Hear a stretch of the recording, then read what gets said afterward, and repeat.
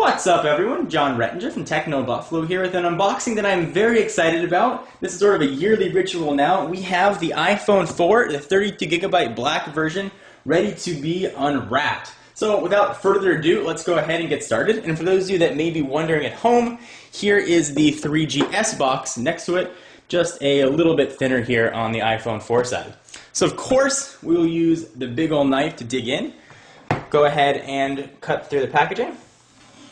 And the way the box looks is very familiar to older generation iPhones. It's got a picture of the device on the front, Apple logo, iPhone 4, and then some specs on the back.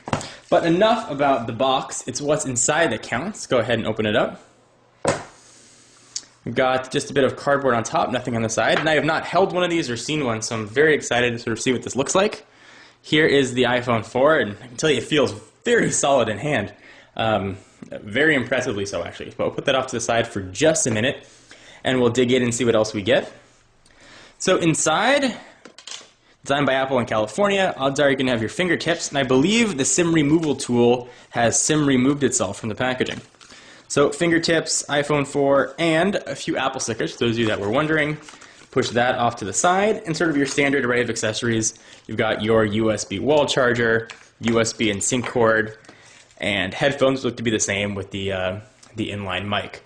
But enough about that. Let's take a look at the iPhone 4 itself, since that is the main attraction of the show here. Go ahead and pull off the plastic, which is sort of a one-time thing. That sort of satisfying whooshing noise. And the thing is very, very thin, and feels really nice in the hand. So let's sort of go through it real quickly, and I'll compare it to some other devices so we can gauge sort of its thickness and thinness. So you've got the same size screen. It's sort of been the standard iPhone thing for a while now. A home button, which feels a bit clickier. You're front-facing. I believe that's a VGA camera. There is your speaker and the microphone port, one on the bottom, one on top. On the left-hand side, you've got those new volume buttons, sort of are a little bit larger, a bit of a difference. And you've got your new profile switcher right at top. There is one of the antenna bands on the left-hand side, and you've got the other antenna band on the right. For those of you guys that might not know, Apple actually integrated the antenna into the stainless steel of the phone, which should help with reception. And speaking of the side of the phone, you've got your micro SIM card right there at the little hole for a paper clip to pop out the micro SIM card. Top, there is the hold and power button, 3.5mm headset jack, and that other little hole is that microphone we talked about. And there is one of the seams for those antennas. On the back, we've got a new 5-megapixel camera and 5-megapixel camera with LED flash. A little bit about the iPhone 4, and then your 30-pin connector and speaker on the bottom. Speaker and another microphone on the bottom. So that is the iPhone 4. Let's do a quick size comparison so you can see how thin or how thick this is versus some other devices you might be interested in. First and foremost, let's compare it to its outgoing cousin. Here is the iPhone 3GS, which now looks downright fat by comparison. Let's put these two on top of each other, and you can see the thickness or thinness. There definitely is a noticeable difference there. This is supposedly the iPhone 4, almost a quarter thinner than the outgoing 3GS. You can definitely see it and feel it. Right off the bat, it makes sort of the 3GS feel a bit plasticky and chubby in the hand. Let's go ahead and continue sort of the size tour of some other devices you might be interested in.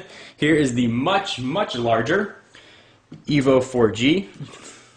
It looks like the grandfather or the father here to the children because it's so big, but it is a very thin device. Let me go ahead and show you the thinness of it. You can go ahead and compare and see how it's going to fit in your pocket. So there is the Evo. Next up, we'll compare it in size to the Droid Incredible for Verizon.